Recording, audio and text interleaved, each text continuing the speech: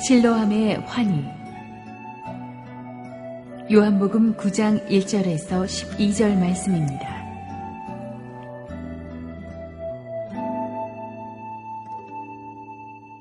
예수께서 길을 가실 때에 날때부터 맹인된 사람을 보신지라.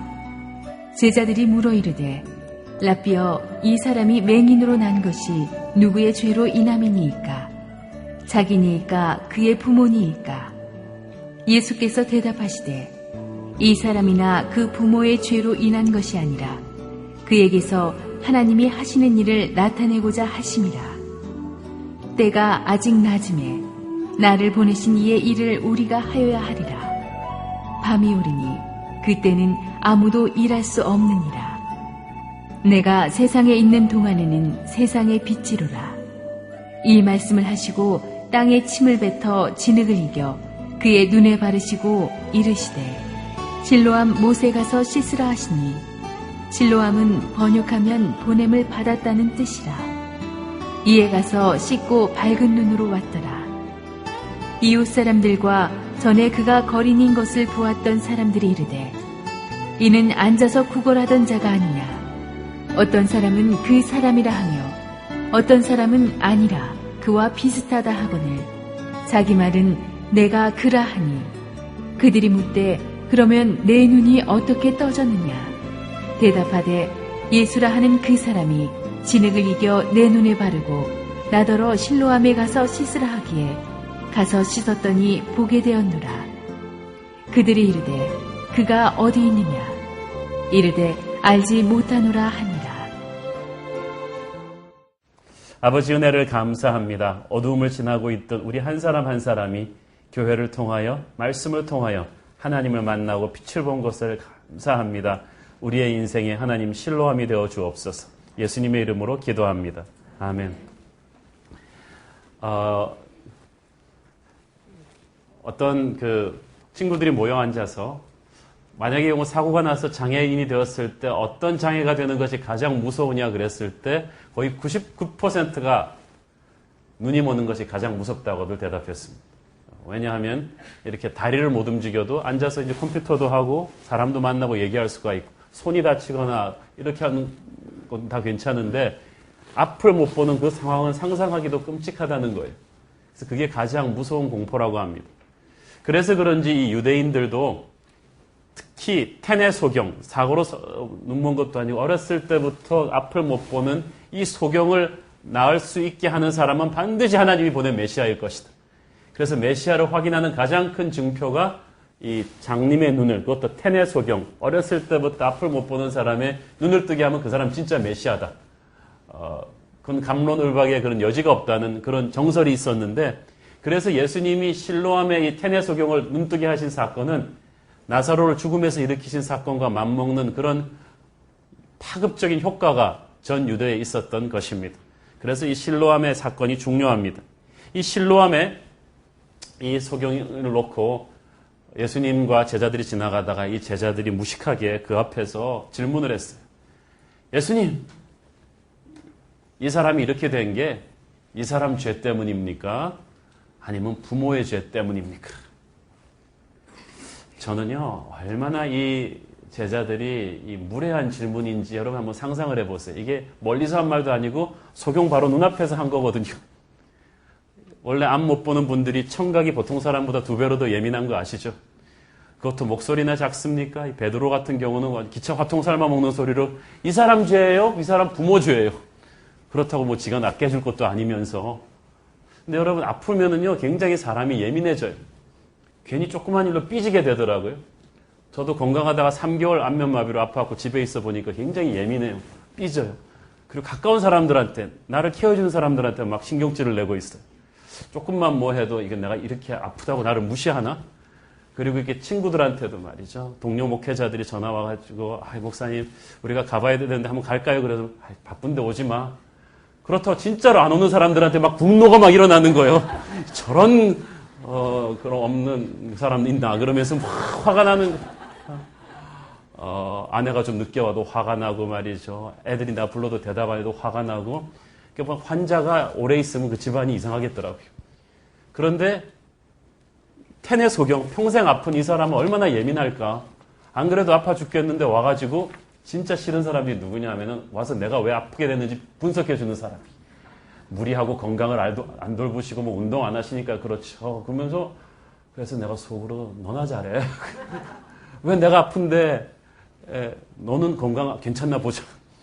제가 아프고 싶어서 아팠어요. 교회를 하다가 열심히 하다가 아팠는데 와서 막 분석해 주는 거예요. 남의 병의 원인을 가서 분석해 주지 마세요. 남이 사고가 났다. 네가 그러게 운전 조심해서 하라는 거죠. 남의 가정이 깨졌다. 그러게 가정에 좀 더 신경 쓰지. 그런 뻔한 말을 못하러 해줘요. 남의 고통을 분석해 주는 게 제일 잔인한 일이에요. 그런데 이 예수님의 제자들이 그 일을 한 거예요. 이 사람이 아픈 게 이 사람 죄입니까? 이 사람 부모 죄입니까? 유대인들이 보니까 이 한국 사람들도 갖고 있는 인과응보의 법칙을 이렇게 철학을 갖고 있는 거예요. 뭐가 아프면 반드시 원인이 있는데 지 죄값을 받는 것이다. 죄값을 치른다는 거예요. 물론 그게 어느 정도 사실일 수는 있죠. 음주운전을 너무 심하게 하다가 사고 나서 몸이 다쳤다거나 그건 정말 자기 죄값을 받는 거죠. 그렇지만 제가 볼 때 대부분의 경우는 억울합니다. 이 텐의 소경의 경우도 자기는 그냥 그렇게 태어난 거예요. 자기가 어떻게 합니까? 또 한 가지 이 제자들이 주장한 가능성은 병자의 부모들의 죄가 아니냐는 것입니다. 이건 조금 더 잔인합니다. 그래, 얘 죄는 아니라고 쳐도 얘네 가문에 흐르는 저주가 있지 않을까요? 저주받은 집안이라는 거야. 한국 사람들이 이런 말 잘해요. 죄인의 씨, 팔자에 없는, 망할 가문이다. 이런 말들을 굉장히 자주 씁니다. 사실 구약 성경에도 보면 어느 정도 이런 힌트를 비추는 게 있죠. 네가 하나님에게 신실하면 1000대 이르기까지 축복을 받을 것이요. 하나님에게 불순종하면 3, 4대 이르기까지 저주가 있을 것이다. 그래서 뭐 다윗과 밧세바의 불륜의 씨앗인 그 아기도 죽었잖아요. 그렇지만 그것도 천에 하나 만에 하나입니다. 이 제자들은 그래서 자신들의 한정된 생각으로 이 소경이 눈이 먼 것은 자기 죄 때문이거나 지 부모의 죄를 받는 것일 거야 라고 생각합니다. 여러분 중에도 자기의 어떤 고난이나 남의 고난을 볼 때 그런 식으로 생각하지 않습니까? 누가 아픈 것은 무슨 죄를 받나? 누가 이혼했다 그러면 무슨 죄를 받나? 어느 집 자식이 잘못됐다 그러면은 네 부모한테 불효한 걸 자식한테 받나? 뭐 이런 식으로 우리가 어떤 사업이 좀 안 됐다 그러면은 너 지난주일에 교회 안 가가지고 하나님한테 벌을 받나? 우리는 계속 추적을 해요. 우리가 얼마나 이 무서운 공포와 두려움에 젖어 살고 있고 그런 생각을 할 때마다 사탄이 거기다가 불을 질러버립니다. 제가 아는 제 신학교 친구 하나가 신학교 다닐 때 이 사람은 목회자가 다 힘들지만 기쁨이 없어요. 사역을 하는데. 가르침에 은사도 없고 하나님의 일을 하는 기쁨도 없고 열정도 없는데 그냥 다녀요. 그래서 너는 우리가 보니까 당신은 은사도 없는 것 같고 목회에 열정도 기쁨도 없는데 왜 계속 다니냐 그랬더니 그만두고 딴 거 하면 안 되냐 그랬더니 큰일 났대요. 왜 큰일 났냐 그랬더니 굉장히 보수적인 가문에서 자랐는데 이렇게 자기가 아니고 집안 식구들이 자기를 주님의 종으로 헌신한 거예요. 그 너는 신학교를 가야 된다. 그러고 해서 그래갖고 뭐라 그러더라. 자기 부모님이 자기를 서원 기도했다는 주님의 종으로 바치겠나이다. 아브라함이 이삭 내려놓듯이. 그러니까 너는 딴 거 하면 큰일 난다는 생각을 한 거예요. 그러니까 목사님도 그렇게 네, 여러분 절대 자기 자식 그렇게 헌신시키지 마세요. 그래서 보니까 본인이 기쁨이 있고 은사가 있으면 모르겠는데 가르침에 은사도 없고 목양에 기쁨도 없고 분노하면서 매너리즘에 빠져서 다니는데 이 사람의 생각은 하나님께서 싫든 좋든 타의에 의해서도 서원을 했는데 이것 깨면 나는 무슨 일을 해도 저주를 받을 것이다 라는 거예요. 그래서 내가 전도사님 나 책임질 테니까 딴 거 해라. 저주 안 받는다. 왜냐하면 하나님이 주의 종을 부르실 때 그렇게 부르지 않는다. 부르심을 받은 자에게는 은사를 주시고 조금만 있으면 그래도 주님의 일을 하는 기쁨을 주시고 열정을 주시는데 전도사님 그거 다 없는데 순전히 남에 의해서 떠밀려가지고 이거 하면서 그 짜증과 분노의 마음으로 평생을 그거 하는 게 나는 옳다고 보지 않는다. 정말 기도하고 하나님께 쏘리하고 회개하고 전도사님이 좋아하는 일을 해라. 지금 LA에서 부동산업 잘하고 있어요. 아주 좋은 집사로 주님의 교회 섬기면서 신나게 하나님의 멋진 사람으로 살고 있어요. 나는 테러블 목사 한 사람을 될 뻔한 걸 막고 기가 막히게 좋은 집사 하나 잃어버릴 만한 그 사태를 막은 거예요. 근데 이 사람의 머리에 박혀있던 생각, 하나님은 나를 저주할 뿐이다. 내가 잘못하면 나에게 벼락을 때릴 뿐이다. 어떤 분은 예배도 그렇게 나옵니다. 11조 안 내다가는 벼락 맞겠지. 나 이 사업이 망하겠지. 지난번 11조에서 내가 몇만 원 빠뜨렸기 때문이 아닐까? 내가 이거 잘못했기 때문이 아닐까? 내 죗값을 받고 있는 게 아닐까? 그런 생각을 여러분 하지 말기를 바랍니다. 생각해 보세요. 여러분이 죄 지을 때마다 정확하게 하나님이 벼락을 때리신다면 우리 중에 살아남을 사람 하나도 없습니다. 우리 중에 어떻게 우리 지은 죄값 다 치르고 삽니까? 예수의 그리스도의 보혈의 피로 여러분의 죄를 다 사해 주셨어요. 그렇다고 함부로 죄 지으라는 얘기는 아니에요. 그렇지만 주님은 그런 분이 아니십니다. 남의 고통을 그렇게 함부로 해석하지 마세요. 제가 죄값을 받는 거 아니야. 그리고 수군거리지 말라는 거예요. 그 가정이 깨지고 그 가정에 장애우된 아이가 태어나고 사업이 안 되고 어려움이 있을 때 남의 고통을 놓고 죄값을 받는다고 생각하지 말고 자기의 고통을 놓고 죄값을 받는다고 생각하지 마십시오. 하나님은 그런 분 아니세요. 예수님이 뭐라고 말씀하십니까? 3절에 아주 기가 막힌 말입니다. 시작. 예수께서 대답하시되 이 사람이나 그 부모의 죄로 인한 것이 아니라 그에게서 하나님이 하시는 일을 나타내고자 하심이라. 아멘. 여러분, 어려움이 있는 분 이렇게 얘기해 보세요. 내 죄가 아니다. 부모의 죄가 아니다. 하나님께서 나를 통해 일하실 거야. 한번 따라해 보세요. 하나님께서 나를 통해 일하실 거야. 내 죄도 아니고 내 부모의 죄도 아니에요. 운명의 저주가 아니에요. 하나님은 축복의 인생을 시작하실 것입니다. 이 얘기를 턱 듣는 순간 이 소경이 정신이 번쩍 들었을 거예요. 평생 이 소경이 귀에 못이 박히도록 들어온 말은 뭐예요? 누구 죄로 저렇게 됐을까? 재수없어. 그러면서 나도 지나갔단 말이에요. 자기 부모들조차도 아휴, 내가 전생에 무슨 죄를 지어서 저런 게 태어나가지고 자식이라고 이런 소리를 수근수근 들으면서 평생을 살아온 사람에게 아픈 것도 서러운데 이 아픔의 원인은 죄값을 받는 거라고 생각하고 살아온 사람에게 이 권위자의 목소리인 주님이 네 죄가 아니야. 네 부모의 죄가 아니야. 하나님이 너를 모르신 일을 너에게 행하실 거예요. 사랑하는 여러분, 이것이 저와 여러분을 향한 하나님의 뜻입니다. 많은 한국 분들이 그 생각을 해요. 어떤 분이 손금은 통계학이라나요? 그런데 이분이 절대로 안 받는 게 있대, 손금이. 분명히 30세에 과부가 되고 사업이 망하고 그래야 되는데 전혀 손금이 안 맞는 사람들이 있으니 크리스찬이에요. 손금이 언제부터 안 맞느냐? 예수 믿는 그때부터 안 맞는 거예요. 저주의 운명이 있다 할지라도 예수님이 여러분 속에 들어오는 그 순간부터 여러분의 운명은 축복의 운명입니다. 저주의 운명이 아닙니다. 여러분 부모의 죄값도 아니고 자신의 죄값도 아니고 주님께서는 축복의 미래를 준비하고 계십니다. 왜 그런 사탄의 음성을 듣습니까? 하나님이 하시고자 하는 일을 나타낼 것이다.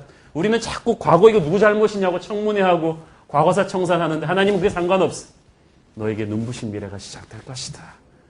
하나님은 왜 일어났는가, 누구 잘못 때문에 일어나는 그거 따지시는 게 아니에요. 하나님의 섭리가 있어요. 1820년도 미국에서 6살짜리 어린애가 눈치료를 받다가 의사의 약물 투여 실수로 실명합니다. 얼마나 억울하겠어요. 끔찍하겠어요. 얘는 6살까지는 세상을 봤단 말이에요. 그런데 의사의 실수로 실명했어요. 이 여자가 운명을 저주하고 살 수도 있었는데 신앙 좋은 할머니가 이 아이를 안고 성경 구절을 암송하는 걸 가르쳤어요. 성경 구절을 너무 많이 암송시켜서 괴로워할 시간이 없었다고 합니다. 처음에는 몇 절, 나중에는 몇 장씩 외우다가 나중에는 66권 전체로 외우게 된 거예요. 66권 전체를 다 읽었다고 자랑스러워 하십니까? 바이블 마스터 다음은 바이블 메모리로 가려고 지금 생각하고 있는데 이 여인이 8살 되던 해에 그녀의 첫 번째 신앙시 그때부터 얘는 성경을 읽으면서 하나님이 준 영감으로 말씀으로 시를 쓰는 거예요. 첫 번째 쓴 시가 What a happy soul I am. 나는 너무나 행복한 영혼이다. 그리고 그녀가 86세가 되던 해까지 무려 9,000개의 찬송시들을 작곡합니다. 어떤 때는 앉은 자리에서 15곡을 쓴 적도 있는데 이 여자는 미국 국회의사당 상원 본회의 석상에서 처음으로 여자로서 연설한 사람입니다. 그녀가 지은 주옥 같은 찬송가들 중에는 나의 갈 길 다가도록 예수 인도하겠네, 예수로 나의 구주 삼고, 예수 나를 위하여 십자가를 질 때 등등등 우리가 아는 그 수많은 찬송가의 거의 태반을 이 사람이 썼습니다. 그녀의 이름은 기독교사의 전설로 남아있는 패니 크로스비입니다. 이 사람의 문제를 놓고 누구 때문에 이렇게 됐냐고 말하겠습니까? 아니면 그녀의 찬송으로 수많은 기독교인들의 영혼을 한 세기 동안 변화시킨 하나님의 섭리를 말할 것입니다. 사랑하는 여러분, 여러분의 인생에 이 눈이 먼 것 같은 아픔, 남들에게 없는 당신만의 시련의 가시가 있습니까? 힘든 상황이 있으세요? 저주가 아닙니다. 축복의 시작이 될 것입니다. 어저께 웰시에서 강사로 오셨던 그 교수님이 상담학 전문인데 자기가 신학교에서 가장 아름다운 커플이라고 보던 미남 미녀 목사님 커플이 있었대요. 그런데 교포교회로 다니면서 가셨는데 결혼해서 다들 부러워하던 커플이었는데 몇 년 만에 거기 집회하러 가보니까 그 교수님이 선배 부부 얼굴이 잿빛이더래요. 왜 그런가 봤더니 애가 걸어 나오는데 애가 다운 증후군이에요. 그런데 그보다 더 힘든 거는 그 교인들이 그 사모님한테 와가지고 그러더래요. 사모님 혹시 목사님이 사모님 몰래 죄 지은 거 없습니까? 그러니까 저런 애가 나오죠. 사모님 얼마나 힘드세요. 그딴 말을 위로랍시고 사모님한테 계속 와서 얘기하니까 그 사모님 그 아름다운 얼굴이 잿빛이 돼서 그 아이를 그냥 감추고 싶어서 하는 감출 수가 있나요? 그러니까 이 성령의 음성을 이 교수님이 들은 거예요. 첫날 딱 그 아이를 손잡고 단상에 올라갔다고. 교인들이 웅성웅성하면서 가만 보는 거지. 가만히 있었대 자기가 10초 동안. 그래 놓고 말했다면 여러분 이 아이 보십시오. 이 목사님의 아이 보십시오. 얼마나 아름다운 아이입니까? This is the beautiful child. 하나님이 왜 이 목사님 집에 이 아이 허락하셨나요? 이 교육에 주는 가장 큰 축복이 이 아이입니다. Look at this child. 저주받은 게 아닙니다.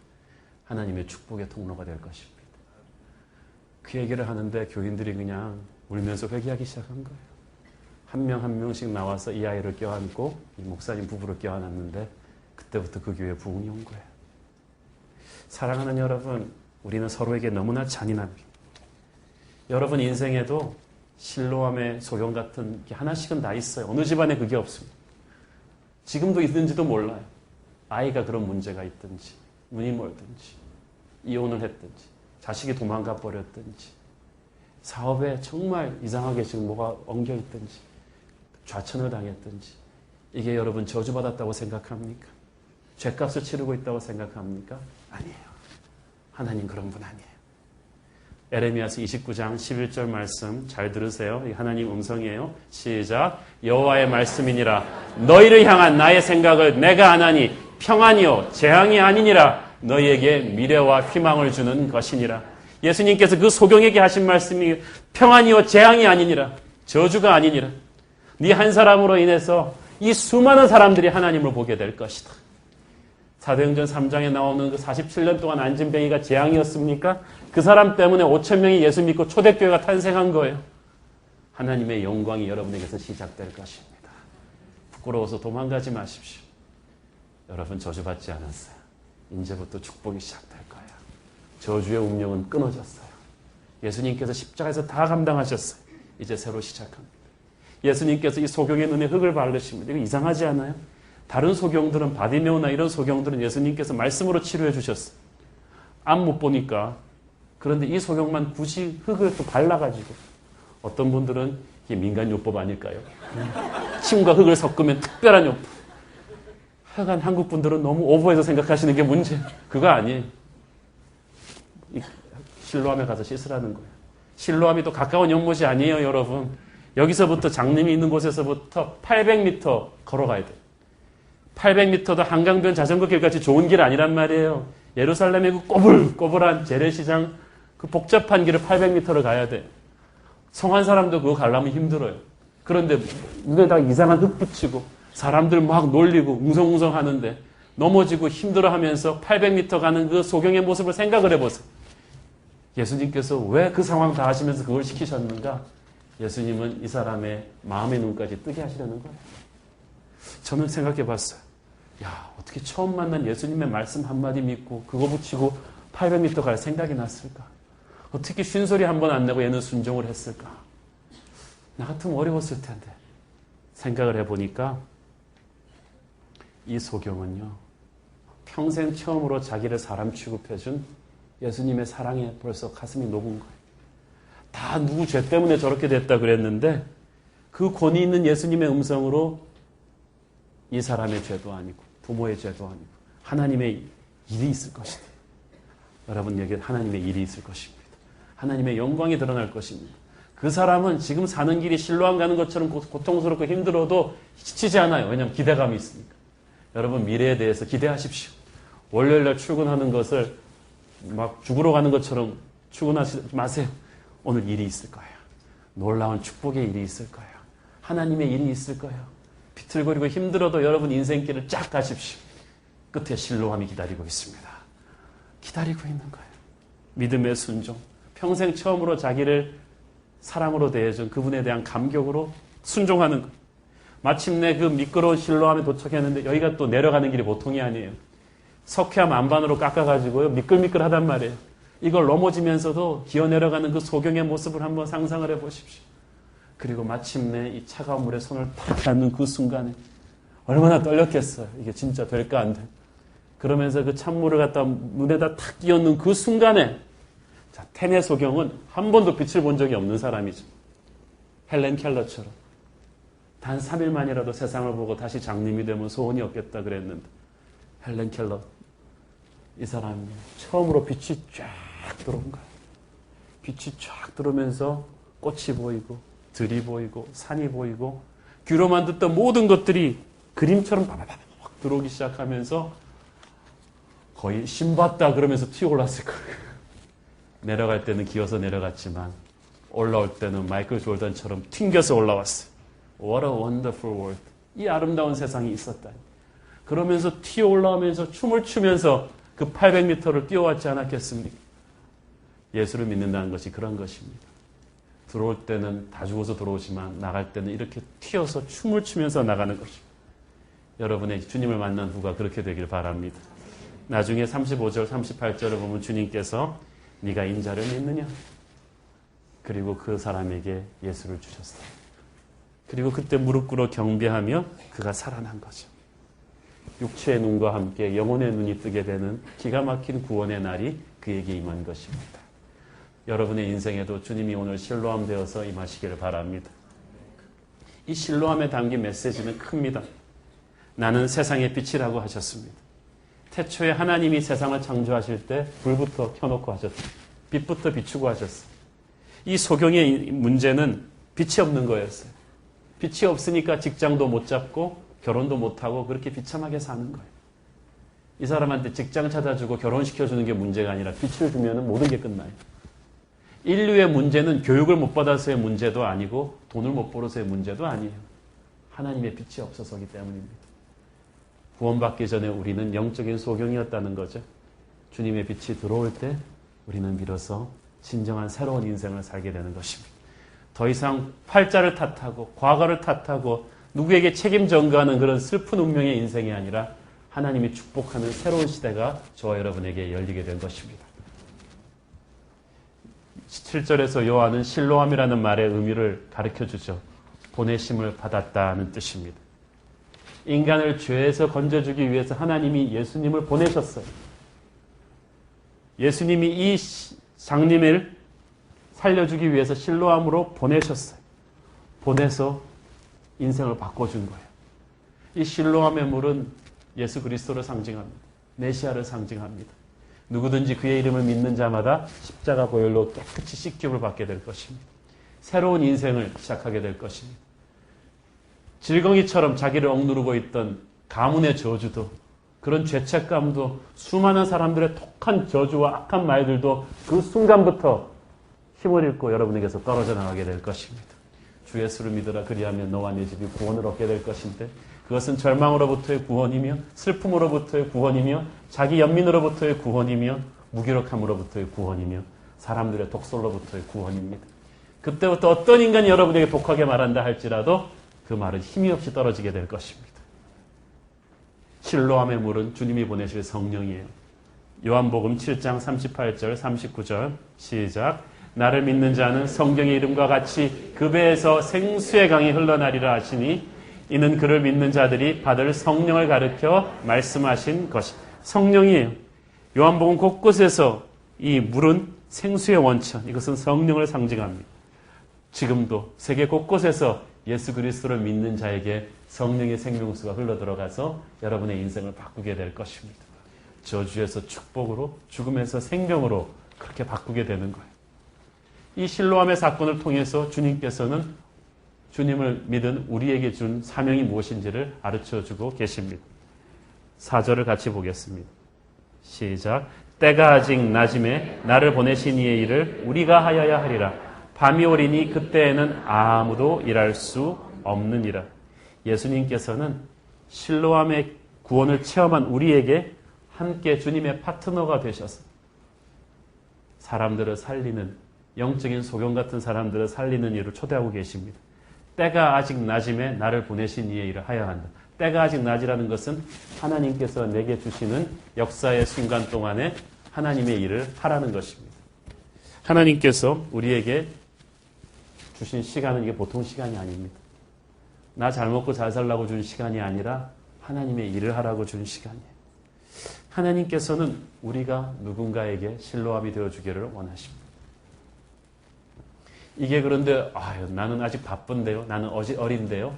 사회적으로 아직 내가 좀 자리가 그게 아니에요. 제가 지난번 휴가 미국에 갔을 때 남캘리포니아의 오렌지 카운티에 카튼우드 크리스천 센터라는 제가 모르는 아주 대형 교회가 있더라고요. 한 5, 6천 명이 모이는데 처음 들어봐요.